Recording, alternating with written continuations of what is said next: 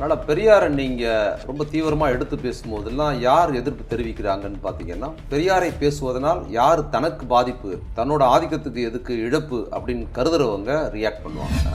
MP MM Abdullah 370 பற்றி பேசும்போது பெரியாரோட மேற்கோளை சொல்லி காமிச்சார். அவங்க ஏன் கொந்தளிக்கிறாங்க அப்படின்னா, ஒன்று அந்த மேற்கோள், ஒவ்வொரு மக்களும் அவங்க இன பிரச்சனையை அவங்களே பார்த்துப்பாங்க அப்படிங்கிற கண்டென்ட்டோட உள்ள ஒரு மேற்கோள், அது அவங்களை ஆத்திரம் உண்டுது. ரெண்டாவது, அதை சொன்னது யாருன்னு சொன்னவொன்னே அது இன்னும் கூடுதல் வெறியாகுது. ஒருவேளை அப்படி ஒரு கண்டென்ட்டை முன்னால் இருந்த பாஜக காரர்கள் யாராவது சொல்லியிருக்கிறாங்க அப்படின்னு சொல்லியிருந்தா இந்த அளவு கொதிச்சிருக்க மாட்டாங்க. அவர் பேசின விஷயத்துக்கு கூட அவங்க கோவப்படலை, பெரியார் மேற்கோளுக்காக அவங்க கோவப்படுறாங்க.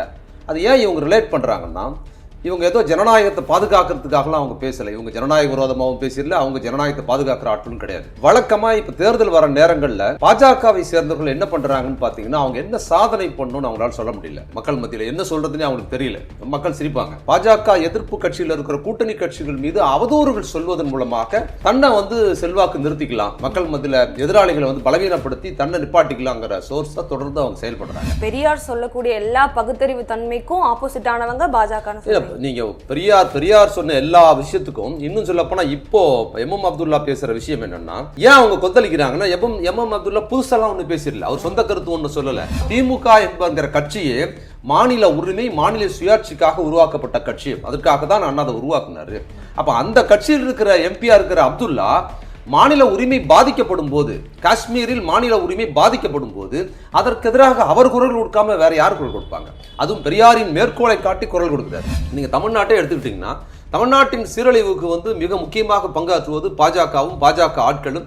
ஒன்றிய அரசு இங்கே மாநில அரசு கொடுக்க வேண்டிய எந்த உரிமையை கொடுக்காம இருக்குது. ஜிஎஸ்டி நிலுவைத் தொகை வைத்திருக்குது, நீட்டு கடப்பில் போட்டு வச்சிருக்குது, எதுக்குமே ஒத்துழைக்கிறது இல்லை. இன்னைக்கு வெள்ள நிவாரணம் கேட்டிருக்கிறாங்க சென்னையில், இது வரைக்கும் வெள்ள நிவாரணத்தை கொடுக்கவே இல்லை. சமூகத்தை ஜாதி ரீதியான தொழிலாக இருக்கிற சமூகத்துக்குள்ளார ராஜாஜி பள்ளிக்கூடத்தை மூடிட்டு மறைமுகமாக மாறுபட்ட கல்வி திட்டம்னு மீண்டும் குலக்கல்வி திட்டமாக ஜாதி திட்டம் கொண்டு வரும்போது, அன்னைக்கும் பெரியார் தான் ஒவ்வொரு முறையும் எவ்வளோ பேர் வராங்க வரல, ஆனால் ஒரு ஹீரோவா வந்தாருன்னா, ஒரு டான் மாதிரி நின்று அவர் 38 இந்தியை தகர்த்தாரு.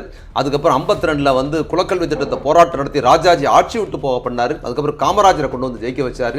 எங்கெல்லாம் ஆதிக்கத்துக்கு எதிராக பேசுகிறார்களோ, யாரெல்லாம் ஆதிக்கத்துக்கு எதிராக இயங்குகிறார்களோ அவர்களெல்லாம் பெரியார், அவங்களுக்கெல்லாம் பெரியார் இருப்பார். ஊடகம், கார்ப்பரேட், அரசியல்வாதிகளின் கைப்பாவையாக அடிமைகளாக இருந்தது போதும், இனி சாட்டை எடுத்து சுழற்றும் நேரம் வந்துவிட்டது. ஊடகம் பொதுமக்களாகிய உங்களுக்காக, உங்களாலேயே இயக்கப்பட வேண்டும். ஊடக சுதந்திரத்திற்காக உங்களின் பங்களிப்பை இன்றே அளித்திடுங்கள். தி ரோஸ்ட் நேயர்களுக்கு வணக்கம். இன்று நம்முடன் சிறப்பு விருந்தினராக இருப்பவர் எழுத்தாளர் மதிமாறன் அவர்கள். வணக்கம் சார். பெரியார் என்னதான் பகுத்தறிவுகள்லாம் சொன்னாலும் பல இளைஞர்கள், அதாவது இப்போ இருக்கக்கூடிய இளைஞர்கள் அவர் சொன்ன விஷயங்களை படித்து அதை தன்னுடைய ஆம்பிஷனாக எடுத்துக்கிட்டாலும், சில கூட்டங்கள் பெரியார் பேரை கேட்டால் இன்னமும் எதிர்ப்பு தெரிவிச்சுக்கிட்டு தான் இருக்காங்க. அதுக்கு ஒரு உதாரணமாக ஆர்டிகல் 370 பற்றி பேசும்போது நாடாளுமன்றத்தில் அவருடைய ஒரு கோட் சொல்லப்பட்டதை பெரும் கருத்தாக பேசப்பட்டாங்க. ஏன் பெரியாரை கண்டா இப்படி ஒரு விஷயங்கள் பரவுது? ஏன் ஒரு கூட்டம் அஞ்சுது? பெரியார் பேரை கேட்டால் அஞ்சுறதுக்கான காரணம் என்ன? பெரியார் அப்படிங்கிறது ஒரு ஆதிக்கத்துக்கு எதிரான ஒரு தலைவர், ஒரு குறியீடு, ஒரு தத்துவம். அதனால் பெரியாரை நீங்கள் ரொம்ப தீவிரமாக எடுத்து பேசும்போதெல்லாம் யார் எதிர்ப்பு தெரிவிக்கிறாங்கன்னு பார்த்தீங்கன்னா, பெரியாரை பேசுவதனால் யார் தனக்கு பாதிப்பு, தன்னோட ஆதிக்கத்துக்கு எதுக்கு இழப்பு அப்படின்னு கருதுறவங்க ரியாக்ட் பண்ணுவாங்க. அது வழக்கமாக எல்லா இடத்துலையும் நடக்கிறது தான். இன்றைக்கி நாடாளுமன்றத்தில் நேற்று அவர் எம்எம் அப்துல்லா, தமிழ்நாட்டை சேர்ந்த திராவிட முன்னேற்ற கழக எம்பி எம்எம் அப்துல்லா 370 பற்றி பேசும்போது பெரியாரோட மேற்கோளை சொல்லி காமிச்சார். அவங்க ஏன் கொந்தளிக்கிறாங்க அப்படின்னா, ஒன்று அந்த மேற்கோள், ஒவ்வொரு மக்களும் அவங்க இன பிரச்சனையை அவங்களே பார்த்துப்பாங்க அப்படிங்கிற கண்டென்ட்டோட உள்ள ஒரு மேற்கோள், அது அவங்களை ஆத்திரம் உண்டுது. ரெண்டாவது, அதை சொன்னது யாருன்னு சொன்னவொன்னே அது இன்னும் கூடுதல் வெறியாகுது. ஒருவேளை அப்படி ஒரு கண்டென்ட்டை முன்னால் இருந்த பாஜக காரர்கள் யாராவது சொல்லியிருக்கிறாங்க அப்படின்னு சொல்லியிருந்தா இந்த அளவு கொதிச்சிருக்க மாட்டாங்க. அப்போ அந்த கண்டென்ட் அவங்களுக்கு பிடிக்கல அவங்கிறது ஒன்று. இன்னொன்று, அது சொன்னவர் யாருன்னு சொல்லும்போது அது கூடுதலான ஒரு வெறியாகுது அவங்களுக்கு, பெரியார்னு சொன்னோடனே. மூணாவது, அதை சொன்னவர் யாருன்னு சொல்லும்போது திராவிட முன்னேற்ற கழகத்தை சேர்ந்த எம்பி அதை சொல்கிறாருங்கிறது 3. இந்த 3மே அவங்கள கூடுதலாக அவங்கள கோவப்பட வைக்குது, அல்லது அவங்க மட்டமான ஒரு அரசியல் பண்ணுவதுக்கு வாய்ப்பாக இருக்குது. அதில் இன்னொரு விஷயம், அதில் பெரியார் சொன்னது அந்த கோட்டு, அதுக்கு பிற்பாடு வந்து திமுக எம்பி அப்படிங்கிறது போக மூணாவதுக்கு தாண்டி நாலாவது இன்னொன்று என்ன இருக்குன்னா, அந்த திமுக எம்பி ஒரு இஸ்லாமியர் என்பது கூடுதல் அவங்க எதிர்ப்பு தெரிவித்து கூடுதலான பயன்படுத்துவதற்கு ஒரு கூடுதலான வாய்ப்பு அவங்களுக்கு இருக்குது. இதில் அந்த பெரியார் சொன்ன அந்த விஷயம் ஏன் அவங்க வந்து இவ்வளோ கொந்தளிக்கிறாங்கன்னா, இதை ஒரு தேச விரோதியாக சித்தரித்து ஒன்றும் கோர்ட்டுக்கு எதிராக அவர் பேசிடல. எம்பி பேசும்போது கோர்ட்டை ஒன்றும் கண்டனம் தெரிவித்து பேசலை. தன்னோட கருத்தை இப்படி ஒரு கருத்து இருக்குன்னு சொல்லி அவர் பேசின விஷயத்துக்கு கூட அவங்க கோவப்படலை. பெரியார் மேற்கோளுக்காக அவங்க கோவப்படுறாங்க. அது ஏன் இவங்க ரிலேட் பண்ணுறாங்கன்னா, இவங்க ஏதோ ஜனநாயகத்தை பாதுகாக்கிறதுக்காகலாம் அவங்க பேசலை. இவங்க ஜனநாயக விரோதமாகவும் பேசிடல, அவங்க ஜனநாயகத்தை பாதுகாக்கிற ஆட்களும் கிடையாது. அப்புறம் ஏன் அவங்க எவ்வளோ கொந்தளிக்கிறாங்க அப்படின்னு சொன்னால், வழக்கமாக இப்போ தேர்தல் வர நேரங்களில் பாஜகவை சேர்ந்தவர்கள் என்ன பண்ணுறாங்கன்னு பார்த்தீங்கன்னா, அவங்க என்ன சாதனை பண்ணணும்னு அவங்களால சொல்ல முடியல. இத்தனை ஆண்டுகள் நாங்கள் 10 ஆண்டுகள் ஆட்சி செஞ்சுருக்கிறோம், இதெல்லாம் பண்ணியிருக்கிறோம்னு அவங்களாலே சொல்ல முடியல. மக்கள் மத்தியில் என்ன சொல்கிறதுனே அவங்களுக்கு தெரியல. மக்கள் சிரிப்பாங்க. அப்போ அவங்க என்ன பண்ணுறாங்கன்னா, தொடர்ந்து இந்த கூட்டணி கட்சிகள், அதாவது எதிர்க்கட்சி பாஜக எதிர்ப்பு கட்சியில் இருக்கிற கூட்டணி கட்சிகள் மீது அவதூறுகள் சொல்வதன் மூலமாக தன்னை வந்து செல்வாக்கு நிறுத்திக்கலாம், மக்கள் மத்தியில் எதிராளிகளை வந்து பலவீனப்படுத்தி தன்னை நிப்பாட்டிக்கலாங்கிற சோர்ஸை தொடர்ந்து அவங்க செயல்படுறாங்க. அதுக்கு துருப்பு சீட்டாக அவங்க பெரும்பாலும் யாரை பயன்படுத்துகிறாங்கன்னு பார்த்தீங்கன்னா, திமுகவை பயன்படுத்துகிறாங்க. அப்போ அகில இந்திய கட்சியாக இருக்கிற பாஜக, இந்தியா முழுக்க செல்வாக்கு பெற்றிருக்கிற பாஜக தமிழ்நாட்டு டார்கெட் பண்ணி அவங்க இயங்குறாங்க தொடர்ந்து. அப்படிங்கிறதும் தமிழ்நாட்டு அரசியலுக்குள்ளார அவங்க வந்து தமிழ்நாடு அரசுக்கு எதிராக மிக தீவிரமாக மோசமான அவதூறுகளை இங்கே சொல்லிட்டு இருக்கிற மாதிரியே இந்தியா முழுக்க பேசுகிறாங்க. அப்போ பிரதமர் மோடி கூட பார்த்தீங்கன்னா, நார்த் இந்தியாவில் நடக்கிற தேர்தல் பிரச்சாரத்தில் கூட ஒரு திமுகவுக்கு எதிராக பேசுகிறார். திமுக பற்றி இழிவாக பேசுவது, திமுக சொல்லாததை சொன்னதாக சொல்கிறது, ஆந்திராவில் போயிட்டு வந்து தமிழ்நாட்டில் இருக்கிற அறநிலைத்துறைக்கு எதிரான பொய் தகவலை பிரதமர் அங்கே பேசுகிறார், ஆந்திராவில் பேசுகிறாரு. போபாலில் போய் வந்து திமுக வாரிசு அரசியல் பேசுகிறாரு. அங்கே ராஜஸ்தான் அந்த தேர்தலையும் திமுக பற்றி பேசுகிறாருன்னு சொல்லும்போது என்னென்னா, இவங்களுக்கு அந்த கூட்டணி, இந்த இந்தியா கூட்டணியை வடிவமைப்பதில் திமுகவோட பங்களிப்பு முக்கியமாக இருக்குது. அப்போ திமுக ஏதாவது பேசிடுச்சுன்னா திமுகவை பயன்படுத்தி காங்கிரஸை அதை வந்து குற்றவாளியாக மாற்றி இந்தியா கூட்டணிக்கு வந்து டேமேஜ் பண்ணலாங்கிறது அவங்களோட பிளான். அது தொடர்ந்து அவங்க செய்கிறாங்க. அப்படி தான் நீங்கள் வந்து இளைஞரணி திமுகவோட அமைச்சராக இருக்க இளைஞரணி செயலாளர் உதயநிதி ஸ்டாலின் வந்து சனாதன ஒழிப்புங்கிறது அவர் பேசுகிறார். அது வந்து நூற்றாண்டுக்கு மேலே, இன்னும் சொல்ல போனால் எப்போ சனாதனம் இருக்கோ அப்போ இருந்து அந்த எதிர்ப்பு ஒழிப்பு பேசப்படுறது. அது புத்தர் காலத்தில் பேசப்பட்டது. அதற்கு பிற்பாடு திருவள்ளுவர் பேசினார். உங்களுக்கு இந்திய தத்துவ மரபே வந்து ஒன்று வேத மரபு, இன்னொன்று வேத எதிர்ப்பு மரபு. புத்தர், சமணர், மகாவீரர், சாங்கியம், இந்த மாதிரி நிறைய ஆசிவாகம்னு தொடர்ந்து வந்தீங்கன்னா, வேதம் வந்து 4 வருணத்தை சொல்லுது, சனாதனத்தை வலியுறுத்துது. இது சனாதன மொழிகேன்னு சொன்னவர் தான் புத்தர். மகாவீரர் அதுதான் சொன்னார். ஆசிவாகம் அதுதான் சொல்லுச்சு. திருவள்ளுவர் அதைத்தான் இங்கே பிறப்போக்கும் எல்லா உயிருக்கும் அதை எழுதினார். அப்போ எல்லாருமே வள்ளலார் வரைக்கும் பார்த்தீங்கன்னா, பிறப்பால் ஒருவனை உயர்வு தாழ்வு சொல்லுவது தான் சனாதனம், அது கூடாதுன்னு சொல்வது சனாதன ஒழிப்பாளர்கள். அதைத்தான் உதயநிதி பேசும்போது இந்து மதத்துக்கு எதிராக பேசிட்டதாக இவங்க சித்தரிச்சாங்க. யார் சித்தரிச்சாங்கன்னா, இன்னைக்கு அப்துல்லா பேசினதை எப்படி வந்து அவர் வந்து தேசியத்துக்கு எதிராக, இந்தியாவுக்கு எதிராக, ஒற்றுமைக்கு எதிராக பேசிட்டார்னு ஒரு அவதூறு சொல்கிறாங்களோ, அதுபோல் உதயநிதி பேசாத விஷயத்த இவங்க சொன்னாங்க. ஏன் இன்னைக்கு பாஜகக்காரங்க நாடாளுமன்றத்தில் வந்து அப்துல்லா பேசுனதை வந்து திருச்சி பேசுகிறாங்களோ, அதே காரணத்துக்காக தான் சனாதன ஒழிப்புன்னு உதயநிதி பேசும்போது அவர் பேசாததை சொன்னாங்க. ரெண்டுத்துல உள்ள ஒற்றுமை என்னன்னா, இதை எடுக்கிறவங்க அவங்க பாதிக்கப்படுறவங்களா இருக்கிறாங்க. இது பாஜகவுக்கு எதிரானதான் அவங்க கருதுறாங்க. இந்த அரசியல் வந்து பாஜக பெரியார் சொல்லக்கூடிய எல்லா பகுத்தறிவு தன்மைக்கும் ஆப்போசிட்டானவங்க பாஜக. நீங்க பெரியார் சொன்ன எல்லா விஷயத்துக்கும் இன்னும் சொல்ல போனா, இப்போ எம்எம் அப்துல்லா பேசுற விஷயம் என்னன்னா, ஏன் அவங்க கொந்தளிக்கிறாங்கன்னா, எம்எம் அப்துல்லா புதுசெல்லாம் ஒன்று பேசிடல. அவர் சொந்த கருத்து ஒன்று சொல்லலை. பெரியார் சொன்னது மட்டும் இல்லை, தமிழ்நாட்டில இருந்து திராவிட முன்னேற்ற கழகத்திலிருந்து தேர்ந்தெடுக்கப்பட்டு முதல் முறை நாடாளுமன்றத்துக்கு போன திமுகவின் தலைவராக அண்ணா வந்து தான் இந்தியாவுடைய மாநில சுயாட்சிங்கிற ஒரு சிஸ்டத்தை கொண்டு வர்றார். அதுக்கு முன்னால் யாரும் பேசுனது கிடையாது. மாநில சுயாட்சி கொடுத்து ரொம்ப ஸ்ட்ராங்காக அவர் இதே நாடாளுமன்றத்தில் அவர் பேசினார். அன்னைக்கு அவர் தீவிரம் எம்எம் அப்துல்லா எப்படி பேசினார் இன்னைக்கு அதே மாதிரி தேர்ந்தெடுக்கப்பட்டு தான் அங்கே போனார். அதே இடத்துல இருந்து தான் அண்ணா அன்னைக்கு வந்து மாநில சுயாட்சி, மாநில உரிமைகள் குறித்து பேசினார். அப்போ அவர் முதல்ல மாநில சுயாட்சி பற்றி பேசுவதற்கு முன்னால் என்ன பேசுனார்னா, திராவிட நாடு அப்படிங்கிற கான்செப்ட்ல ரொம்ப தீவிரமா பேசும்போது தான் அன்னைக்கு திராவிட நாடுங்கிறது ஒரு பிரிவினைவாதம், இது தேச துரோகம்னு சொல்லி ஒரு பிரிவினைவாத தடை சட்டத்தை அன்னைக்கு இருந்த அரசு, ஒன்றிய அரசு கொண்டு வந்தது. அன்னைக்கு கொண்டு வந்தது யாருக்காக கொண்டு வந்ததுன்னு பார்த்தீங்கன்னா, இந்தியா முழுக்க அது திமுகவுக்கு எதிராகவும் அண்ணாவுக்கு எதிராக தான் கொண்டு வரப்பட்டது. அப்போ அன்னைக்கு அவங்க திராவிட நாடு கோரிக்கையை வந்து அவங்க கைவிடுவதற்கு காரணமாக இருந்தது இவங்க பேசின விஷயத்துக்கு அன்னைக்கு ஒன்றிய அரசு வந்து தடை சட்டமே கொண்டு வந்தது, பிரிவினைவாத சட்டம். அதை என்ன பண்ணாரு, அந்த திராவிட நாடுங்கிற கோரிக்கையை அண்ணா வந்து கைவிட்டாரே தவிர உள்ளடக்கத்தை அப்படியே எடுத்து தான் என்ன பண்றாரு, மாநில சுயாட்சி அப்படின்னு சொல்லி அந்த உள்ளடக்கத்தை மாநில சுயாட்சின்னு வச்சு தான் பேசினாரு. அப்போ திமுக என்கிற கட்சியே மாநில உரிமை மாநில சுயாட்சிக்காக உருவாக்கப்பட்ட கட்சி. அதற்காக தான் அண்ணா அதை உருவாக்குனாரு. அப்ப அந்த கட்சியில் இருக்கிற எம்பியா இருக்கிற அப்துல்லா மாநில உரிமை பாதிக்கப்படும் போது, காஷ்மீரில் மாநில உரிமை பாதிக்கப்படும் போது அதற்கு எதிராக அவர் குரல் கொடுக்காம வேற யார் குரல் கொடுப்பாங்க? அதுவும் பெரியாரின் மேற்கோளை காட்டி குரல் கொடுக்கிறாரு. அது குறிப்பா பெரியாரை இவங்க எப்படி ஐடென்டிஃபை பண்ணி வச்சிருக்கிறாங்கன்னு பாத்தீங்கன்னா, அவர் இந்து மதத்துக்கு ஸ்பாயில் பண்ணார், இந்துக்களுக்கு எதிரானவர், அவர் சாதி, அவர் நம்ம பண்பாட்டை சீரழிச்சிட்டாரு, அவர் இந்து மதத்தை திட்டுவாருன்னு தான் பேசிக்கிட்டு இருக்காங்க. ஆனா இன்னைக்கு எடுக்கிற ஃபோக்கஸ் அதல்ல. அவர் சொல்றத தேசிய இன பிரச்சனை வருகிறாங்க. இது வரைக்கும் அவர் இந்துக்களுக்கு எதிரானவர் சித்தரிச்சவங்க. இன்னைக்கு அவர் ஒவ்வொரு இன மக்களும் அவங்க உரிமைகளை அவங்க வாழ்வியோட அவங்களே தேர்ந்தெடுக்கிறான்னு சொல்வது என்பது இவங்க கருதுகிற அந்த சனாதன தர்மத்துக்கு எதிராகவே அவங்க கருதுறாங்க. அதனால தான் இவ்வளவு கொந்தளிக்கிறாங்க. அப்போ திமுக எம்பி அவங்க கட்சிக்கு உண்மையாகவும் இந்த அரசியல் சட்டத்துக்கு உட்பட்டும் சுப்ரீம் கோர்ட்டை மதித்தும் ஒரு ஜனநாயகத்தன்மையோடு ஒரு கருத்தை அவர் சொல்லியிருக்கிறார். மாநில உரிமை பறிக்கப்படுவது, இந்த 370 அப்படிங்கிறது என்னன்னா காஷ்மீருக்கு மட்டும் இருக்கிற அந்தஸ்தா இருக்கு.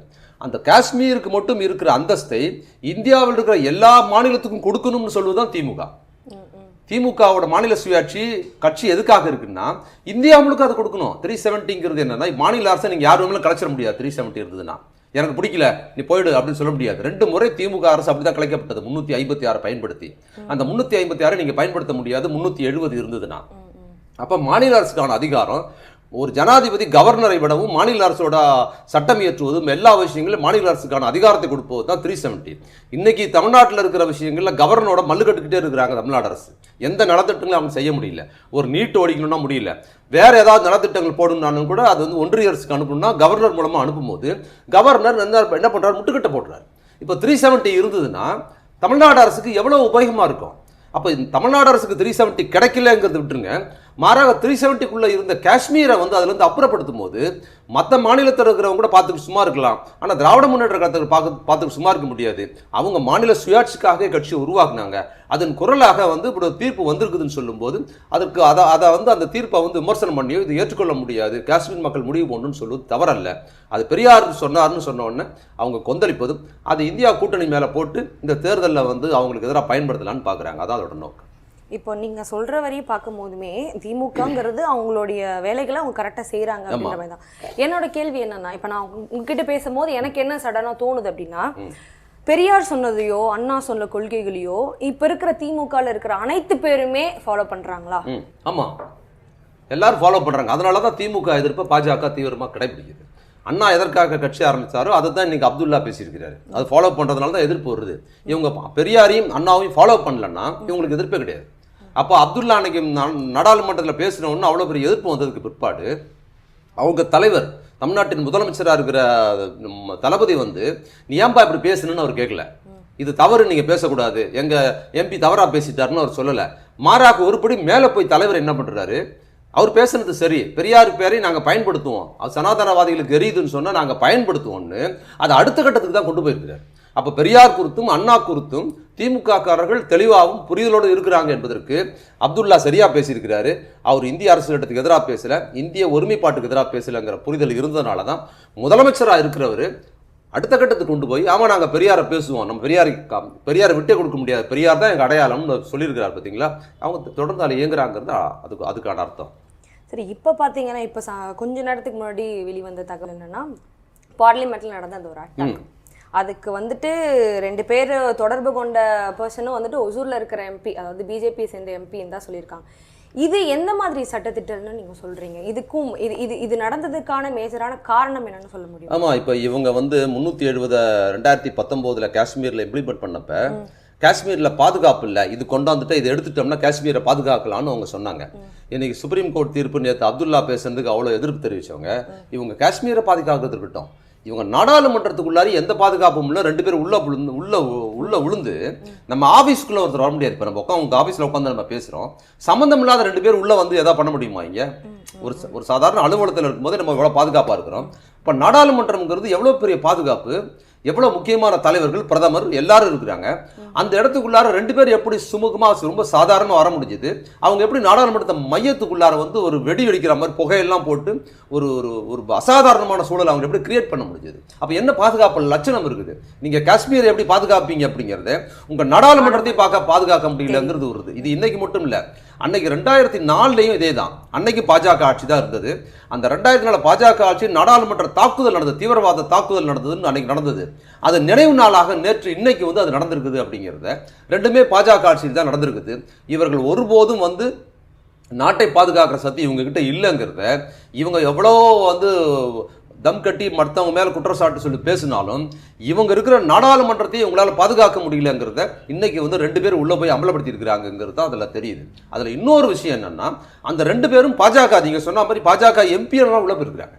அதுல யாரும் இஸ்லாமியர் அல்ல, தற்செயலா யாரோ ஒரு இஸ்லாமியர். ஏன்னா பாஜகவின் கைகுலிகளாக வேலூர் இஸ்மாயில்னு ஒருத்தர் இருக்கிறாருல்ல, வேலூர் இப்ராஹிம், அந்த மாதிரி நபர்கள் கூட இருப்பாங்க இல்லையா? அந்த மாதிரி ஆள் கூட இல்லாம அது தற்செயலாக இஸ்லாமியர் அல்லாதாரா இருக்கிறாங்க. அதுல ஒரு பேர் சர்மான் வேற இருக்குது.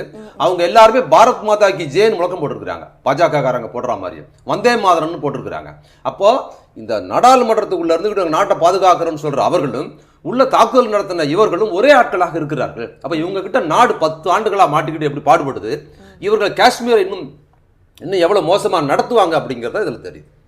இப்போ நீங்கள் இஸ்லாமியர்கள் அல்லாது அப்படின்னு சொல்லும் போது என்ன ஒரு கேள்வினா, தொடர்ச்சியாக இந்த பாஜக ஆட்சி பீரியடில் தொடர்ச்சியாக இஸ்லாமியர்களுக்கு பல சிக்கல்கள் நடந்துக்கிட்டு தான் இருக்குது. அதை நம்ம கண்ணெதிராகவே பார்க்குறோம். இதற்கான மேஜரான காரணம் என்ன? எதற்காக வந்து உங்களுடைய இஸ்லாமியர்களுடைய தாக்குதலுங்கிறது அதிகமாகிக்கிட்டே இருக்குது?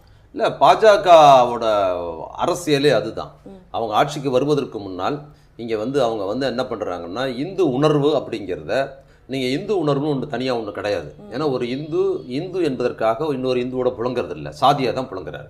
அப்போ நீங்கள் வந்து நீங்கள் இந்து வச்சுட்டு உங்களுக்கு கோவம் வர மாட்டேங்குது. பத்தியா முஸ்லீம்லாம் வந்து எவ்வளோ இது மதத்தை சொல்லிட்டா கொந்தளிக்கிறான்னு சங்கிகள் பாஜகக்காரங்க சொல்கிறாங்க. உண்மை என்னென்னா, இந்து சாதியாக இருக்கிறார். அப்போ நீங்கள் அவரை ஜாதி ரீதியாக சொன்னால் தான் அவர் கோவப்படுவார். முஸ்லீம் மதமாக இருப்பதனால் அவங்களுக்கு முஸ்லீம் மதத்தை சொன்னால் கோவம் வருது. அப்போது இந்து வந்து ஒரு இந்து என்பதற்காக உறவு வைக்கிறது இல்லை. அவர் என்ன பண்ணுறாரு, அவர் ஜாதிக்குள்ளார் தான் பொண்ணு கொடுத்து பொண்ணு வாங்குவார்.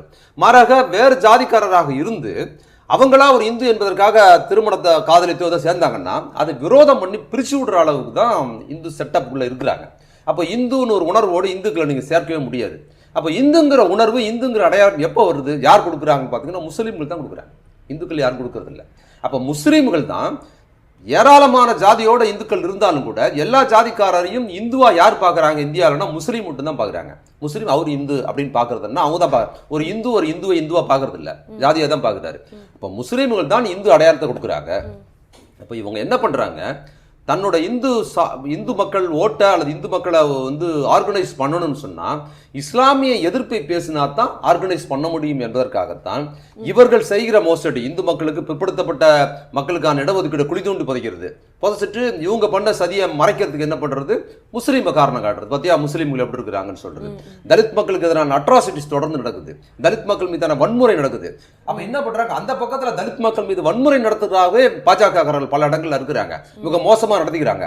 ஆனா இன்னொரு பக்கத்துல தலித் மக்கள்கிட்ட போய் அதை மறைச்சிட்டு அந்த பக்கத்தில் போய் முஸ்லீமை காரணம் காட்டுவது என்பது இவர்கள் நடத்துகிற பிற்படுத்தப்பட்ட தாழ்த்தப்பட்ட மக்களுக்கும் கல்வி வேலை வாய்ப்பு எல்லாத்தையும் குழி தோண்டி போச்சுட்டு 10% இடஒதுக்கீடை வந்து சனாதன தர்மத்தில் உயர்ந்தல் கொடுத்துட்டு இந்த பக்கத்தில் எளிய மக்களை வந்து புறக்கணிப்பதும் அவர்களுக்கு எதிரான அரசியலை செய்வதும் பண்பாட்டு ரீதியான எல்லா அரசியலையும் அவர்களுக்கு எதிராக செய்வதும் அவரோட இயல்பான மொழிக்கு எதிராக கட்டமைப்பதும் குறிப்பாக தமிழ்நாட்டிலே தமிழுக்கு எதிராக கொண்டு வந்து சமஸ்கிருதத்தை கொண்டு வந்து வைப்பதும்.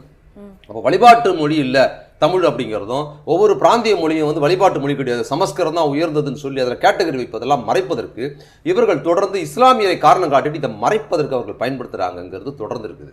அப்போ அவங்களோட உள்நோக்கம் என்னன்னா, மிக தீவிரமாக இஸ்லாமிய எதிர்ப்பை பேசுவதன் மூலமாக இந்துவை நம்ம ஆர்கனைஸ் பண்ண முடியும் அப்படின்னு கருதுறதும், அதே சமயத்தில் இந்துக்கள் இருக்கிற பிற்படுத்தப்பட்ட தாழ்த்தப்பட்ட மக்களோட அவங்களுக்கு எதிராக நடத்துகிற இந்த ஆட்சியை மறைப்பதற்கு இது பயன்படும் என்பதனால தான் தொடர்ந்து அதை செய்கிறாங்க. அதனால தான் நீங்கள் மாட்டுக்கறி சாப்பிட்றது முஸ்லீம்னு குற்றம் சாட்டுற இவர்கள் இன்னொரு பக்கத்தில் மாட்டுக்கறி ஏற்றுமதியை அரசே செய்கிற அளவுக்கு அவங்க இயங்குறாங்க. இது எதெல்லாம் வந்து இஸ்லாமிய என்பதை குற்றம் சொல்கிறாங்களோ அதையெல்லாம் பாஜக அரசே நிகழ்த்துது. அப்போ இன்னொரு புறத்தில் பார்த்தீங்கன்னா இந்து சமூகத்துக்குள்ளாரியே இங்கே ஒடுக்கப்பட்ட மக்கள் மாட்டுக்கறி சாப்பிட்றாங்கன்னு சொன்னால் அதை ரிலேட் பண்ணி பேசுறது இல்லை. அப்போ இது மாதிரியான விஷயங்களை மறைப்பதற்கு இஸ்லாமிய எதிர்ப்பை அவங்க பயன்படுத்துகிறார்கள். அப்போ குஜராத்தில் மோடி என்ன பண்ணாருன்னு பார்த்தீங்கன்னா, குஜராத்தில் அவர் தீவிரமான இஸ்லாமிய எதிர்ப்பை கட்டமைத்து தான் முதலமைச்சர் பதவியை தக்க வச்சு அதிலிருந்து தான் வளர்ந்து அவர் வந்து பிரதமராக வந்திருக்கிறாரு. அப்போ குஜராத்தை மாடலாக வைத்து இவங்க என்ன செயல்பட்டாங்களோ அதை இந்தியா முழுக்க செய்யணுங்கிற திட்டத்தோடு தான் தொடர்ந்து இந்த 10 ஆண்டுகள் செயல்படுறாங்க. இப்போ பார்த்தீங்கன்னா சார் 2024 நோக்கி போயிட்டுருக்கோம். நாடாளுமன்ற தேர்தலும் வரதான் இருக்குது. மக்கள் எந்த மாதிரி ஒரு விழிப்புணர்வோடு இருக்கணும், எதை நோக்கி முதல்ல அவங்களுடைய ஆதரவு இருக்கணும்? மக்கள் வந்து இந்த பாஜக அரசு சொல்கிற பொய், பாஜகவின் கைகுலிகளாகவும் பாஜக சொல்வதை செய்கிறாகவும் ஊடகங்கள் இருக்குது. அப்போ மக்களுக்கு அவங்களோட கருத்து, சொந்த உணர்வு இருக்குல்ல, அது பாஜகவுக்கு எதிராக தான் இருக்குது. 10 ஆண்டுகளில் எந்த விஷயத்திலையுமே நீங்கள் அன்றாட இந்த பண்பாட்டு ரீதியான இந்து முஸ்லீம் தலித் மக்களுக்கு எதிரானது, பிற்படுத்தப்பட்ட இடஒதுக்கீடுக்கு எதிரானதுலாம் விட்டுருங்க, சர்வைவல் பண்ண முடியல. விலைவாசிகள் கட்டுப்பாட்டில் இல்லை, கேஸ் விலை கண்ணாபண்ணான் ஏறி இருக்கு, பெட்ரோல் விலை உயர்ந்திருக்கு, மருத்துவம் நல்ல தரமான மருத்துவம் கிடைக்க மாட்டேங்குது, வாழ்வாதாரம் வேலை வாய்ப்பு இல்லை. 10 ஆண்டுகளில் ஏராளமான பேர் வேலையற்று போயிருக்கிறாங்க. அப்போ ஒரு சாதாரணமான ஒரு குடிமகன் வந்து இங்கே பொருளாதார ரீதியாக சர்வைவல் பண்ணுறது ரொம்ப சிரமமாக இருக்குது. சொந்தமாகவே ஒருத்தர் எழுது வேலை, அந்த அரசாங்கம் எந்த வேலையும் கொடுக்கல நமக்கு, நம்மளா ஒரு கடையை வச்சுக்கலாம்னு ஒரு பொட்டி கடையை வச்சு ஒருத்தர் வியாபாரம் பண்ணாருன்னா ஜிஎஸ்டின்னு போட்டு அவர் நடுத்தரில் நிப்பாட்டுது. அப்போ ஜிஎஸ்டி போட்டு கோடிக்கணக்கில் பெரும் முதலாளியாக இருந்து கடை பண்ணுறவங்களே நடு ரோட்டுக்கு வந்திருக்கிறாங்க, வணிகர்களே. அப்படின் போது அவங்களும் ரோட்டுக்கு வந்துடுறாங்க. வேலைவாய்ப்பு இல்லாமல் புதுசாக ஒருத்தர் எங்கேயாவது வீட்டில் இருக்கிற அம்மா நகை பொண்டாட்டி நகையெல்லாம் வச்சு அவர் ஒரு கடையை திறந்தாருன்னா அவருக்கு ஜிஎஸ்டி போட்டு அவரையும் நடுத்தரில் நிப்பாட்டுதுன்னு விவசாயிகளாக இருக்கிற இந்துக்களுக்கு வாழ்வே இல்லை. இங்கே பார்த்தீங்கன்னா விவசாயியாக இருக்கிறவங்க எல்லாருமே 90% இந்துக்கள் தான் பெரும்பான்மை. ஆனால் விவசாயிகள் எவ்வளவு மோசமாக நடத்தப்பட்டாங்க இந்த பாஜக ஆட்சியில், அவங்க வாழ்க்கை வீணாக போச்சு. அதே போல் நெசவாளர்களாக இருக்கிறவங்க அவங்களும் பார்த்தீங்கன்னா பெரும்பான்மை இந்துக்கள் தான். நெசவாளர் வாழ்க்கை துயரமாக இருக்குது. ஒரு நெசவாளனாகவும் வாழ முடியல, ஒரு விவசாயியும் வாழ முடியல, ஒரு தொழிலாளியாக வாழ்வதற்கு வேலை வாய்ப்பு இல்லை, ஒரு வணிகராக இருந்து வியாபாரம் செய்யலாம்னா அதுக்கும் வாய்ப்பு அளிக்கல இந்த பாஜக அரசு. ஒரு சின்ன கடை வச்சுக்கிட்டு நம்ம ஏதோ பொட்டி கடை வைக்கலாம்னு அதுக்கும் முடியறதில்ல, ஒரு இட்லி கடை பாட்டி வச்சுக்கலாம்னு அதுக்கும் முடியறதில்ல. எல்லா வகையிலையும் எளிய மக்கள் வாழ்வதற்கான ஒரு விஷயத்தை வந்து முற்றிலுமாக பாஜக அரசு தகர்த்திருக்குது. அப்போ இதை வந்து மக்கள் புரிந்து கொண்டாங்கன்னா அவங்களுக்கு எதிராக இருக்கிறாங்க. ஆனால் என்ன பண்ணுறாங்க ஊடகங்கள், பாஜக ஆதரவாக இருக்கிற ஊடகங்கள் இதை மறைச்சிட்டு மாறாக பாஜகவை எதிர்க்கிற எது வெற்றி பெறுமோ அந்த கட்சிக்கு எதிரான அவதூறுகளை பரப்புவதில் ரொம்ப கவனமாக இருக்கிறாங்க. நீங்கள் தமிழ்நாட்டை எடுத்துக்கிட்டிங்கன்னா தமிழ்நாட்டின் சீரழிவுக்கு வந்து மிக முக்கியமாக பங்காற்றுவது பாஜக ஆட்களும். ஒன்றிய அரசு இங்கே மாநில அரசு கொடுக்க வேண்டிய எந்த உரிமையை கொடுக்காம இருக்குது. ஜிஎஸ்டி நிலுவைத் தொகை வைத்திருக்குது, நீட்டு கடப்பில் போட்டு வச்சிருக்குது, எதுக்குமே ஒத்துழைக்கிறது இல்லை. இன்னைக்கு வெள்ள நிவாரணம் கேட்டிருக்கிறாங்க சென்னையில், இது வரைக்கும் வெள்ள நிவாரணத்தை கொடுக்கவே இல்லை. அப்போ இவ்வளோ சிக்கல் இருக்கும்போது என்ன பண்ணுறாங்கன்னா அவதூறுகள் சொல்வது. அப்போ என்ன பண்ணுறாங்கன்னா வெள்ள வேலைகளில் வந்து மாநில அரசு திமுக அரசு ஒன்றுமே வேலை பார்க்கல அப்படின்னு பொய்ய பரப்புறது. அப்புறம் அங்கிருந்து ஒரு குழு வந்து பார்த்து அவங்க நல்லா பார்த்துருக்குறாங்கன்னு சொல்றதுன்னா அப்போ ஊடகங்களும் இங்கே இருக்கிற பாஜக தோதா இருக்கிற ஆட்களும் சேர்ந்துக்கிட்டு நம்ம கண்கூடா பார்த்தது இவ்வளோ பெரிய பெருமழை, இவ்வளோ இந்த 50 ஆண்டுகள் இல்லாத மழை ஒரு நாளில் வந்து அவ்வளோ மழை பெஞ்சிருக்குது. அதுக்குள் ஒரு மாநில அரசு என்ன நெட்வொர்க்கில் இயங்க முடியுமோ முடிந்த வரை அதை செஞ்சிருக்கிறாங்கிறது கண்கூடா பார்த்தவங்களுக்கு தெரியும். ஆனால் இது என்ன பண்ணுறது, ஊடகங்களும் இந்த பாஜகவும் சேர்ந்துக்கிட்டு எதுவுமே பண்ணலன்னு சொல்றது, அப்புறம் இந்து மதத்துக்கு எதிராக பேசிட்டாங்கன்னு பொய் சொல்றது, அப்போ இந்த ஜாதி மக்களுக்கு எதிராக பேசிட்டாங்கன்னு பொய் சொல்றது, இந்த அவதூறுகளை ஊடகங்கள் முன்னால பரப்பிக்கிட்டே இருக்கிறாங்க. மக்கள் இதை தெளிவாக புரிஞ்சுக்கிட்டு தன் வாழ்நிலை எப்படி இருக்குது, இன்னைக்கு நம்ம வாழ்க்கை நிலை இந்த ஒன்றிய அரசு ஜெயிச்சு வந்ததுக்கு அப்புறம் பாஜக அரசு 10 ஆண்டுகள் இருந்ததுல இருந்து எவ்வளவு கீழே போயிருக்குது. இவங்க 15 லட்சம் போடுறேன்னு சொல்லி 2014 வந்தாங்க. 15 லட்சம் இல்லை, நம்ம அக்கௌண்ட்ல இந்த 15,000 கூட இவங்க எடுத்துட்டாங்க. அப்படின்னும் எல்லாத்தையும் டிஜிட்டல் பண்ணி வந்து ஒரு சாதாரண இட்லி கடை வைக்கிற ஒரு வயதான பெண் கூட அவங்க வந்து சர்வேல் பண்ண முடியாத அளவுக்கும் டிஜிட்டல் கொண்டு வந்து பேமெண்ட் அது இது மினிமம் பேலன்ஸ் வந்து அக்கௌண்ட் பேங்க்ல இருக்கணும்னு சொல்லி சாதாரண இட்லி விற்கிறவங்க, காய்கறி விற்கிறவங்க, ரோட்ல எளிய பெண்கள்லாம், கீரை விற்கிற பெண்கள்லாம் அக்கௌண்ட் ஆரம்பிச்சு அதில் 0 பேலன்ஸ் அக்கௌண்ட்ல பணமே இருக்கணும்னு சொல்லிட்டு அவங்க கிட்ட இருந்து எத்தனை ஆயிரம் கோடி இன்னைக்கு கூட நாடாளுமன்றத்தில் அறிவிச்சாங்க. எத்தனை ஆயிரம் கோடி 0 பேலன்ஸ் கணக்கில் அக்கௌண்ட்ல பணம் இல்லாமல் அதிலிருந்து எடுத்த பணம்னு பார்த்தீங்கன்னா அது சாதாரண பணம் இல்லை. ஒவ்வொருவரும் வயிற்ற கட்டி வாயை கட்டி சேர்த்து வச்ச ஒரு கீரை வைக்கிற பெண், ஒரு மீன் விற்கிற பெண், ஒரு முதியவர், இவங்கெல்லாம் பேங்க் அக்கௌண்ட் ஆரம்பிக்க வச்சுட்டு அவங்க அக்கௌண்ட்ல அவங்க போட்ட 100 ரூபா, 50 ரூபா, 500 ரூபா, 1000 ரூபா தொகையெல்லாம் போட வச்சு அதுல பேங்க் பேலன்ஸ் இல்லைன்னு சொல்லி அந்த காசையெல்லாம் எடுத்து போட்டது பல்லாயிரம் கோடி, 50,000 கோடி, 60,000 கோடி அந்த பணம் மட்டும் எடுத்து இந்த அரசு வச்சிருக்குதுன்னு போது இதை விட கேவலமாக ஈவரக்கம் இல்லாத ஒரு அரசு நீங்க பார்க்கவே முடியாது. இதை மக்கள் புரிந்து கொள்ளணும். புரிந்துக்கிட்டு இந்த மீடியா சொல்லுகிற பாஜக சொல்லுகிற பொய் பிரச்சாரத்தை முறியடித்து வருகிற நாடாளுமன்ற தேர்தலில் தன் வாழ்நிலையோடு ஒப்பிட்டு இந்த அரசாங்கம் எதிர்கொள்வாங்க, நம்பிக்கை இருக்கு, எதிர்கொள்ளணும். சார், என்னதான் வந்துட்டு நீங்க சொன்ன மாதிரி பெரியார் அந்த அந்த ஒரு வார்த்தையை வந்து கேட்டாலே சில பேர்கள் நடுக்கம் ஏற்படுதோ, அதே வேளையில பெரியார்னா இன்னமும் வந்துட்டு மிகப்பெரிய மனசோட பேசப்படுற ஆட்களும் இருக்காங்க. ஸோ இப்போ இதில் நான் என்ன தெரிஞ்சுக்க விரும்புகிறேன்னா, பெரியார் யார் முதல்ல, எதுக்கு வந்துட்டு பெரியார் இந்த சமூகத்துக்கு இன்னமும் இதற்கு வரப்போற ஆண்டுகளுக்கான தலைமுறைகளுக்கும் தேவை, அப்படி என்ன அவர் கருத்து சொன்னாரு, எதற்கு இதை இளைஞர்கள் முக்கியமா ஃபாலோ பண்ணணும்? பெரியார் வந்து யாருன்னா, பெரியார் யாரும் இல்லை, நீங்கள் நானு தான். எங்கெல்லாம் ஆதிக்கத்துக்கு எதிராக பேசுகிறார்களோ, யாரெல்லாம் ஆதிக்கத்துக்கு எதிராக இயங்குகிறார்களோ அவர்களெல்லாம் பெரியார், அவங்களுக்கெல்லாம் பெரியார் இருப்பார். எப்படி இறை நம்பிக்கை உள்ளவங்க சொல்லுவாங்கள்ல, கடவுள் தூண்லேயே இருப்பான், துரும்பில் இருப்பான், கடவுள் இல்லாத இடமேல எல்லாமே இயங்குதுன்னு, அதுபோல் ஆதிக்கத்துக்கு எதிராக யாரெல்லாம் தமிழ்நாட்டில் பேசுகிறார்களோ பெரியார் இல்லாமல் பேச முடியாது. அப்போ ஒரு முற்போக்காளனுக்கான தமிழ்நாட்டின் அடையாளம்னு பார்த்தீங்கன்னா, பெரியார் கண்ணோட்டத்தோடு இயங்குவது தான் ஒரு முற்போக்காளனுக்கு அடையாளம்ன்ற அளவுக்கு அவர் அந்த அளவுக்கு உழைச்சிருக்கிறார். அப்போ தமிழ்நாட்டுக்குள்ளார நீங்கள் வந்து உலக அளவில் வந்து ஆண்டை வந்து கிமு கிபின்னு பிரிக்கிறது, அப்புறம் இஸ்லாமியருக்கு அவங்க கணக்கில் பிரிக்கிறது, அதே மாதிரி தமிழ்நாட்டுக்குள்ளார திருவள்ளுவர் ஆண்டு வச்சு திருவள்ளுவருக்கு முன் திருவள்ளுவருக்கு பின்னுன்னு பிரிக்கிற கண்ணோட்டம் இருக்குது. ஆனால் நீங்கள் தமிழர் வாழ்க்கையில் ஒரு சிறப்பான சம்பவம், தமிழர் வாழ்க்கை அடுத்த கட்டத்துக்கு போயிருக்கு அப்படின்னு சொன்னீங்கன்னா, அது எப்போன்னா பெரியாருக்கு பின்னால் தான், பெரியார் வந்ததுக்கு முன்னால் தான். வரலாற்றில் நீங்கள் எங்கே வேணாலும் தேடி பார்க்கலாம், நான் வந்து விட்டுக்கட்டிலாம் சொல்லலை. பெரியார் வருவதற்கு முன்னால் தமிழ் சமுதாயம் எப்படி இருந்தது, பெரியார் வந்ததுக்கு பின்னால் எப்படி இருக்குதுன்னு பார்த்தீங்கன்னா, இன்றைக்கி நாம் அடைஞ்சிருக்கிற எல்லா மேன்மைகளும் பெரியாரால் உண்டாக்கப்பட்டது தான், பெரியார் போராடி கொண்டு கொடுத்தது தான். இன்னும் சரியாக சொல்லணும்னா, பெரியார் 1938க்கு முன்னால் நீங்கள் பார்த்தீங்கன்னா தமிழன்கிற ஒற்றுமையே முதல்ல கிடையாது. நீங்கள் இந்த படையெடுப்பில் 2000 வருஷத்துக்கு முன்னால் போனாலும் கூட, அன்னைக்கு ஆரிய படையெடுப்பு அந்த இது முகலாயர் வந்தது அல்லது ஆங்கிலேயர் வந்ததெல்லாம் கூட விட்டுருங்க, நீங்கள் 2000 வருஷத்தில் வெறும் தமிழர் மட்டும் ஆண்டாடு, தமிழர் ஒற்றுமை கிடையாது. அப்போ சேர சோழர் பாண்டியர்னு பிராந்தியமாக தான் இருந்தாங்க. சேரர் சோழர் அடிப்பார், சோழர் பாண்டியர் அடிப்பார், அவங்களுக்குள்ள தஞ்சாவூர்கார் மதுரைக்கு போக முடியாது, மதுரைக்கார் இந்த பக்கம் வர முடியாது, சேரர் பக்கம் வர முடியாதுன்னு ஒரு ஒற்றுமை இல்லாமல் தனித்தனியாக தான் தமிழனும் இருந்தான். அப்போ எப்போ வரலாற்றில் தமிழர்கள் இனம் ஜாதி எல்லாவற்றையும் கடந்து, பிராந்தியத்தை கடந்து, கன்னியாகுமரியிலிருந்து சென்னை வரைக்கும் இருக்க தமிழர்கள் வீதியில் இறங்கி தமிழ் அடையாளத்தோடு எப்போ வந்தாங்க வரலாற்றுலன்னு பார்த்தீங்கன்னா, 2000 ஆண்டுகளில் பெரியார் வந்தபோது தான் வந்தாங்க. அது 1938 இந்திய எதிர்ப்பு போராட்டத்தின் போது தான் பெரியார் நடத்திய போராட்டத்தின் போது தான் தமிழ்நாடு முழுக்க இருக்கிறவங்க பிராந்தியத்தெல்லாம் கடந்து மதம் ஜாதி எல்லாவற்றையும் விட்டொழித்து தமிழை காப்பதற்காக தமிழ்நாக வீதியில் வந்து நின்ன போராட்டம் என்பது 2000 ஆண்டுகள் பெரியார் நடத்திய போராட்டம் தான், அதுக்கு முன்னால் கிடையாது. அது பெரியாரோட சிறப்புகள். அப்போ நீங்கள் வந்து சுதந்திர போராட்ட காலத்தில் கூட கிழக்கத்திய கம்பெனி இருக்கும்போது கூட பார்த்தீங்கன்னா, புலித்தேவன் அங்கே இருந்தார், கட்டபொம்மன் அங்கே போராடினாருன்னு, அவங்க பாஞ்சாலங்குறிச்சியில் போராடினாங்க, ஒவ்வொரு பகுதி தான். அதே அப்புறம் பிரிட்டிஷ் அரசு இருக்கும்போது கூட மிக தீவிரமாக போராடினதுன்னு பார்த்தீங்கன்னா வஉசி பெரிய தியாகி. ஆனால் அவர் எங்கிறது பார்த்தீங்கன்னா பாளையங்கோட்டை, திருநெல்வேலி, தூத்துக்குடி, அங்கே தான் அவர் போராடினார். ஆனால் தமிழகம் தழுவிய ஒரு போராட்டம், தமிழகம் தழுவிய தமிழர்களை உள்ளடக்கிய போராட்டம்ங்கிறது 38 பெரியார் நடத்துகிற வரைக்கும் நடந்ததில்லை. அப்போ அவரோட போராட்ட முறைகளில் அர்ப்பணிப்போடு இந்த மக்களோட கல்வி, வேலைவாய்ப்பு, மொழி இது எல்லாவற்றுக்கும் பெரியார் கராராக நடந்து கொண்ட விஷயம்தான் 38 இந்திய எதிர்ப்பு போராட்டம். அதற்கு பின்னால் திருப்பி வந்தீங்கன்னு பார்த்தீங்கன்னா 52 குலக்கல்வி எதிர்ப்பு போராட்டம். இன்றைக்கி பாஜக அரசு மறைமுகமாக கொண்டு வரதில்லை வேதகால கல்வின்னு சொல்லிட்டு, அதே மாதிரி இப்போ புதுசாக வரப்போகிற வந்து விஸ்வகர்மா கல்வி திட்டம்னு ஒன்று கொண்டு வருது.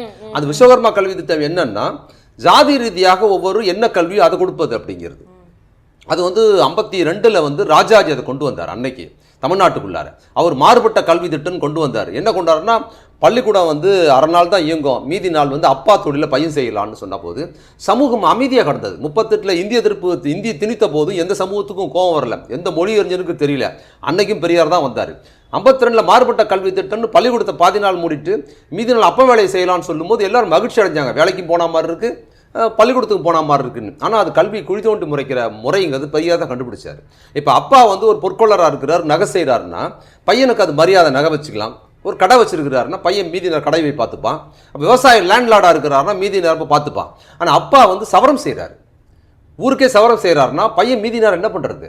அப்போ என்ன பண்ணுறது? தன் வேலைக்கு வரக்கூடாது தான் பள்ளிக்கூடத்தை அனுப்புகிறார். மீதி நேரம் ராஜாஜி என்ன பண்ணுறாரு, அப்பாவோட சேர்ந்து சவரம் செய்ய போங்கிறார். அப்பா பிணம் இருக்கிற வேலை பார்க்குறாரு. அப்போ பையன் என்ன பண்ணுறது? மதியானத்துக்கு மேலே பிணமரிக்கு போகணுங்கிறது. அப்பா பனையேற வேலை பார்க்குறாரு, மரையேற வேலை பார்க்குறாரு. பையன் என்ன பண்ணுறது? மரையேற வேலை பார்க்குறது. அப்போ அப்பா மீன் பிடிக்க வேலைக்கு போகிறாரு. அப்போ மீன் பிடிக்க வேலைக்கு போகிறதுன்னு சொல்லி சமூகத்தை ஜாதி ரீதியான தொழிலாக இருக்கிற சமூகத்துக்குள்ளார ராஜாஜி பள்ளிக்கூடத்தை மூடிட்டு மறைமுகமாக மாறுபட்ட கல்வி திட்டம்னு மீண்டும் குலக்கல்வி திட்டமாக ஜாதி திட்டம் கொண்டு வரும்போது அன்னைக்கும் பெரியார் தான் வந்து ஒவ்வொரு முறையும் எவ்வளோ பேர் வராங்க வரல, ஆனால் ஒரு ஹீரோவாக வந்தாருன்னா ஒரு ஒரு டான் மாதிரி வந்து நின்று அவர் வந்து 38 இந்தியை தகர்த்தாரு. அதுக்கப்புறம் 52 வந்து குலக்கல்வி திட்டத்தை போராட்டம் நடத்தி ராஜாஜி ஆட்சி விட்டு போக பண்ணார். அதுக்கப்புறம் காமராஜரை கொண்டு வந்து ஜெயிக்க வச்சாரு. அதுக்கு பிற்பாடு வந்து முதல் அரசியல் சட்ட திருத்தம், அதுவும் பார்த்தீங்கன்னா அந்த அரசியல் சட்ட திருத்தத்தில் இந்தியாவிலே வந்து பிற்படுத்தப்பட்ட தாழ்த்தப்பட்ட மக்கள் மருத்துவம் மற்றும் பொறியியல் கல்வி படிக்க முடியாதுன்னு சுப்ரீம் கோர்ட்டில் ஸ்டே வாங்கிட்டாங்க. அன்றைக்கு யாரும் ஒன்றும் பண்ண முடியல. அன்றைக்கு மாபெரும் போராட்டத்தை நடத்தி முதல் அரசியல் சட்ட திருத்தத்தை கொண்டு வந்தவரும் அவர் தான். இனி எதை எடுத்தாலும் பண்பாட்டு ரீதியாக, தொழில் ரீதியாக, கல்வி ரீதியாக எல்லா உரிமைகளும் அவர் தான். அது போக வந்து அவர் கொண்டு வந்த பெண் கல்வி, பெண்களுக்கான கல்வி, பெண் உரிமைங்கிறது வந்து உலகத்திலே அவருக்குனே யாரும் பேசுனதில்லை அப்படிங்கிறது ரொம்ப முக்கியமானது. ஏன்னா அவர் எல்லாமே பார்த்தீங்கன்னா ஜாதி ரீதியாக ஒரு ஆதிக்கத்தை பார்ப்பனையை எடுத்து பேசும்போது அவர் தன் சொந்த ஜாதி நிலையிலிருந்து பேசல. எங்கிருந்து பேசினார்னா ஜாதி ஒழிப்பு நிலையிலிருந்து பார்ப்பன ஆதிக்கத்தை எதிர்க்கிறார், ஜாதி எதிர்க்கிறார், ஜாதி ஒழிப்பு எதிர்க்கிறார். அதுபோல் ஆணாதிக்கத்தை எதிர்த்து பெரியார் பேசும்போது அவர் ஆணா இருந்ததில்லை. அப்போ ஆணா இல்லாமல் என்னங்கிறார், ஒரு பெண்ணாக இருந்து பேசுகிறார். அப்போ பெண்ணாக இருந்து என்ன பண்ணுறோம், ஆணுக்கு எதிரான கண்ணோட்டம் பேசி பெண்களை படிக்க வைக்கணும் என்பதும் பெண் கல்வி கொடுக்கணும், பெண்களை படித்தே ஆகணும் அப்படிங்கிறத வந்து கட்டாயப்படுத்தி தமிழ்நாட்டில் பெண்கள் அதிகம் படிப்பதற்கு பெரியார் ஒரு முக்கிய காரணம். 29 சுயமரியாதை மாநாட்டில் பல தீர்மானங்களை போட்டார். பள்ளிக்கூடங்களில் ஆரம்ப கல்விகளை பெண்களுக்கு அதிக முக்கியம் கொடுங்க, அவங்க தான் பொறுப்பாக குழந்தைங்களுக்கு கல்வி சொல்லிக் கொடுப்பாங்க தீர்மானத்தை இந்தியாவில் முதல்ல அவர் கொண்டு வந்தார். எல்லா போலீஸ் துறையில் பெண்களை வேலை கொண்டு வாங்க, எங்கே வேணுமாலும் போகலான்னு சொன்னார். ஏன் ஏரோப்ளான் பொம்பளை ஓட்டினா ஓடாதான்னு 30களில் பேச ஆரம்பித்தார். அன்றைக்கெல்லாம் கான்செப்டே கிடையாது. இன்றைக்கி எல்லா விஷயங்களும் பெண்கள் வந்திருக்கிறாங்க என்பது தமிழ்நாட்டில் ஒரு முக்கிய விஷயம். பெண் கல்விக்காக அதிக நிதி ஒதுக்கி வச்சார் அரசுகளை. அவரே வந்து 50ல் வந்து ஒரு இடத்துல பேசுகிறாரு. அன்னைக்கு இருந்த ஒரு முதலமைச்சர் ஓமத்தூர் ராமசாமி ரெட்டியார் இப்போ நிகழ்ச்சிக்கு போயிட்டு வந்து சொல்கிறாரு, எனக்கு நான் அதிகாரத்துக்கு வந்தேன்னா நான் வரமாட்டேன், ஆனால் ஒருவேளை வந்தேன்னா நான் என்ன பண்ணுவேன்னா இந்த ஆம்பளைங்க படிக்கிறானுங்கள பசங்க அவனுக்கு கல்வி முற்றிலும் தடை பண்ணுவேன், பண்ணிட்டு பெண் கல்விக்கு செலவு பண்ணும், 10 வருஷம் ஆம்பளை கல்வியை படிக்கக்கூடாதுன்னு வச்சிருவேன். சமூகம் சமமாக இல்லை, ஆம்பளை பூரா படிச்சிருக்கா, பொம்பளை பூரா படிக்காமல் இருக்காங்க, கம்மியாக இருக்காங்க. அப்போ ஆண்களுக்கான 10 வருஷ கல்வியை தடை பண்ணிட்டு அந்த பணத்தை எடுத்து பெண் கல்விக்கு கொடுப்பேன். அப்போ படித்த வருஷம் சமமான பிறகு சமமாக இருக்கும் சமூகம், அதுக்கப்புறம் 2 பேர் படிக்க வைக்கலாம்னு பேசியிருக்கிறாருன்னும் போது அவரோட சிறப்பு வந்து தன்னை மற்றவங்க ஏற்றுக்கிறாங்களா ஏற்றுக்கலையாங்களா அவர் பார்க்குறதே கிடையாது. இப்படி சொல்வதன் மூலமாக ஆண்கள்லாம் தனக்கு எதிராக மாறிடுவாங்கன்னா மாறிட்டு போய் எனக்கு என்னங்கிறது. இப்படி சொல்வதனால் மற்ற ஜாதியெல்லாம் வேண்டான்னு சொன்னால் எல்லா ஜாதிக்காரனும் தனக்கு எதிராக மாறிடுவாங்கன்னு நினச்சா அதை பற்றி அவர் கவலை இல்லை.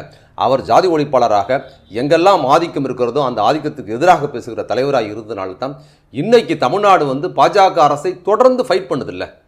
நீங்கள் இந்தியாவில் எந்த மாநிலமும் இல்லை, மொழி உணர்வும் சரி, நீங்கள் பண்பாட்டு ரீதியாகவும் சரி, கல்வி, வேலைவாய்ப்பு, சிறுபான்மை பாதுகாப்பு, பெண்கள் உரிமை எல்லாவற்றிலும் பாஜக எவ்வளோ உள்ள தலையிட்டு பார்க்குது.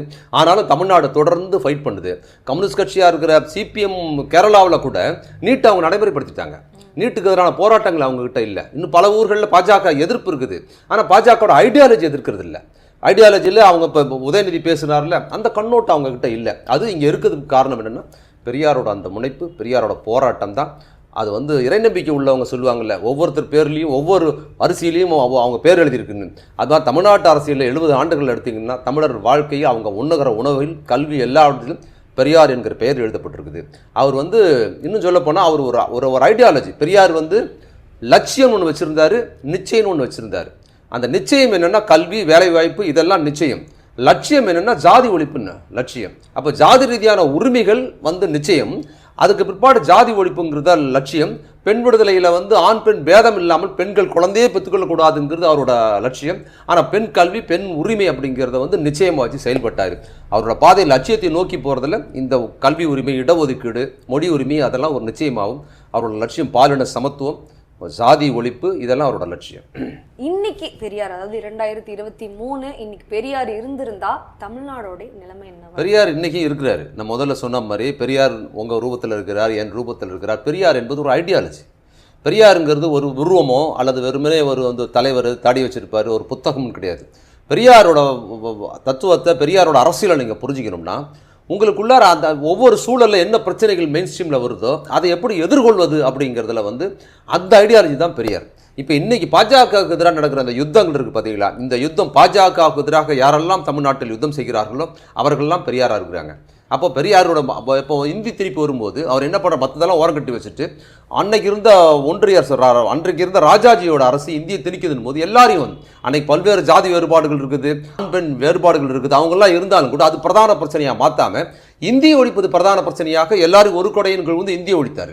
அப்புறம் குலக்கல்வி திட்டத்தை ஒழிக்கும் போது அன்னைக்கு பாகுபாடுகள் இருக்குது, ஆண் பெண் வேறுபாடுகள் இருக்குது, ஜாதி பிரச்சனைகள்லாம் இருக்குது, அதை வச்சுக்கிட்டு நீ ஓரமா நிற்காத, முதல்ல இதை ஒழிச்சு கட்டு ஒன்னாவா அப்படின்னு சொல்லி ஆர்கனைஸ் பண்ணி ஒழிச்சு கட்டினார். அது போன்று பெரியார் கற்றுக் கொடுத்த விஷயங்கள் ஏராளமாக இருக்குது. அவர் அரசியலில் தேர்தலில் நின்னது கிடையாது. காங்கிரஸை ஒழித்தே தீர்வேன்னு சொன்ன பெரியார் காமராஜரை ஜெயிக்க வைப்பதற்காக பிரச்சாரம் செய்தார். ஏன்னா காமராஜரை வைத்துக்கொண்டு நம்ம வந்து இந்த மக்களுக்கு நன்மை செய்ய முடியும், இல்லைனா இங்கே எதுவுமே நடக்காதுன்னு சொல்லும்போது எப்படி அரசியலில் எதிர்கொள்றது, எப்படி மாசா வர தமிழர்களுக்கு எதிராக வர சதிகளை எப்படி வந்து டாக்டிஸாக அதை வந்து கையாண்டு வீழ்த்துவதுங்கிறத பெரியார் பல முறை கற்றுக் கொடுத்துருக்கிறாரு. இன்னைக்கு அவர் அதுக்கு நடைமுறையில் இருக்குது. இன்னைக்கு பெரியாரோட தேவை தமிழ்நாட்டில் எவ்வளோ முக்கியமாக இருக்குதோ அதை விட அதிகமாக அவர் வாழ்ந்த காலத்தோடு இன்னைக்கு அதிகமாக இருக்குது அவரோட தேவை. பாஜகவை எதிர்ப்பதற்கு பெரியாரிய கண்ணோட்டம் இருந்தால்தான் பாஜகவை முற்றிலுமாக வீழ்த்த முடியுங்கிறத இன்னைக்கு நாடாளுமன்றம் வரைக்கும் நம்ம கற்றுக் கொடுத்துட்டே இருக்குதுங்கிறத பெரியார் நீங்களாகவும் இருக்கிறார், நானாகவும் இருக்கிறார், அவர் எங்கும் தெரிந்திருக்கிறார். நேரத்திற்கும் கருத்திற்கும் நன்றி. நன்றி. ஊடகம் கார்ப்பரேட் அரசியல்வாதிகளின் கைப்பாவையாக அடிமைகளாக இருந்தது போதும், இனி சாட்டை எடுத்து சுழற்றும் நேரம் வந்துவிட்டது. ஊடகம் பொதுமக்களாகிய உங்களுக்காக உங்களாலேயே இயக்கப்பட வேண்டும். ஊடக சுதந்திரத்திற்காக உங்களின் பங்களிப்பை இன்றே அளித்திடுங்கள்.